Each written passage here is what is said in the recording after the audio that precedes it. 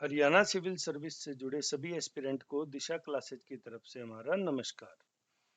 तो आज जो हरियाणा सिविल सर्विस 2021 है उसका आज अंतिम इंटरव्यू और उसके बाद परिणाम जारी होगा। तो मैं तो कहूँगा ये अपने आप में एक युग समाप्त होने की तरह है, क्योंकि इस भर्ती ने हरियाणा पब्लिक सर्विस कमीशन को भी काफी बुरे दिन दिखाए हैं और उसके अलावा अभ्यर्थियों का मनोबल भी कई बार टूटा। पेपर लीक, पेपर बिकने जैसी घटनाओं से लेकर दोबारा प्री कंडक्ट होना, उसके बाद में रिवाइज आंसर की आना और काफ़ी सारी चीज़ें घटित हुई, जिसके आप और हम सब भी प्रत्यक्षदर्शी रहे हैं। तो परीक्षा परिणाम कब तक जारी होगा, तो इसमें मेरा मानना है कि सरकार इसमें लगभग चकित करने वाली कोई ना कोई गतिविधि करेगी, अर्थात हमारे अनएक्सपेक्टेड टाइम में हो सकता है परीक्षा परिणाम 2 दिन बाद ही जारी कर दिया जाए, या सरकार एनालिसिस करेगी कि नॉर्मलाइजेशन में कितने सब्जेक्टों को बिल्कुल जीरो किया है, उनके साथ क्या रहता है। तो ये जो चीजें सरकार के हाथ में है, सरकार उनकी लगभग तैयारी करे बैठी होगी और डेफिनेटली इसका परिणाम बहुत शीघ्र जारी होगा, क्योंकि HCS 2023 है वो सरकार को निकालनी है।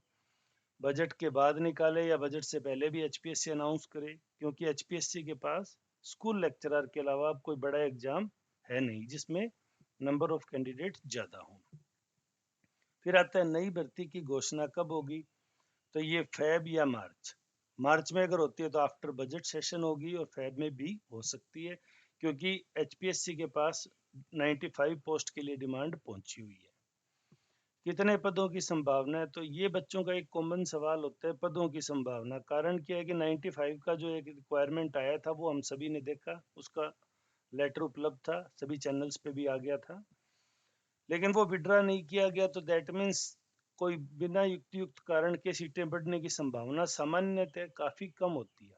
फिर भी कुछ यूट्यूबर्स हैं जो 120 तक बता रहे हैं, 120 प्लस तक बता रहे हैं, तो यानी 100 के करीब सीटें मानिए, 100 प्लस माइनस 5-10 सीटें हैं वो आएंगी।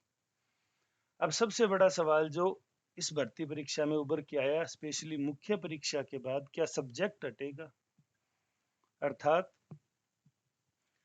क्या सब्जेक्ट है उसको कंप्लीट रिमूव करके 4 के 4 पेपर जनरलाइज्ड किए जाएंगे, यानी इक्वल फॉर ऑल किए जाएंगे, लाइक RPSC जिन्होंने सब्जेक्ट हटा दिया है और 4 जनरल पेपर वो लेते हैं। इसके अलावा क्या बदलाव संभावित है वो मैं आपको यही मेंशन कर दूं, क्योंकि इसी बात को हम आगे एक्सप्लेन करेंगे कि क्या सामान्य अध्ययन का हिस्सा बढ़ेगा।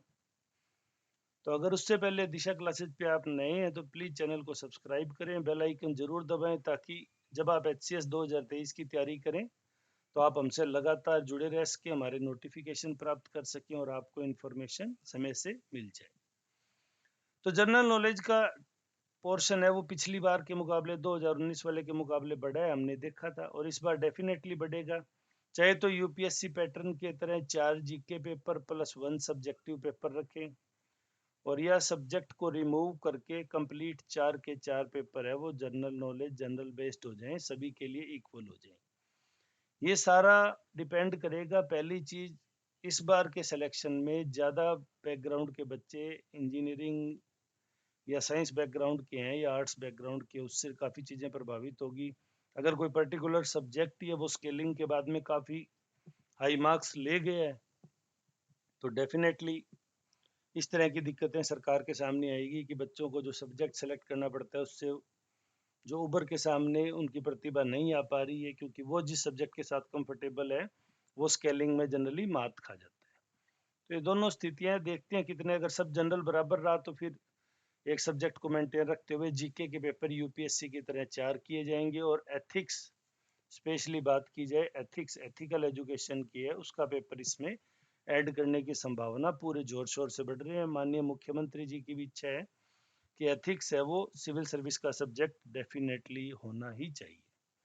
तो ये काफ़ी सारी संभावनाएं हैं जो जैसे जैसे शाम बीतेगी रिजल्ट आने की संभावना होगी उसके साथ साथ ये क्लियर होती जाएगी, लेकिन ये कब अंतिम रूप लेती है ये तो देखने वाली बात होगी। दिशा क्लासेस से आप जुड़ जाएं, हम आपके साथ अपडेट करते रहेंगे, और जैसे ही हमें कोई इन्फॉर्मेशन मिलेगी हम सबसे पहले आपके साथ शेयर करेंगे।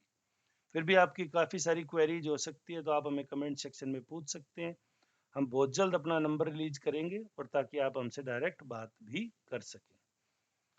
वीडियो में अंत तक जुड़े रहने के लिए धन्यवाद। आपका दिन शुभ हो।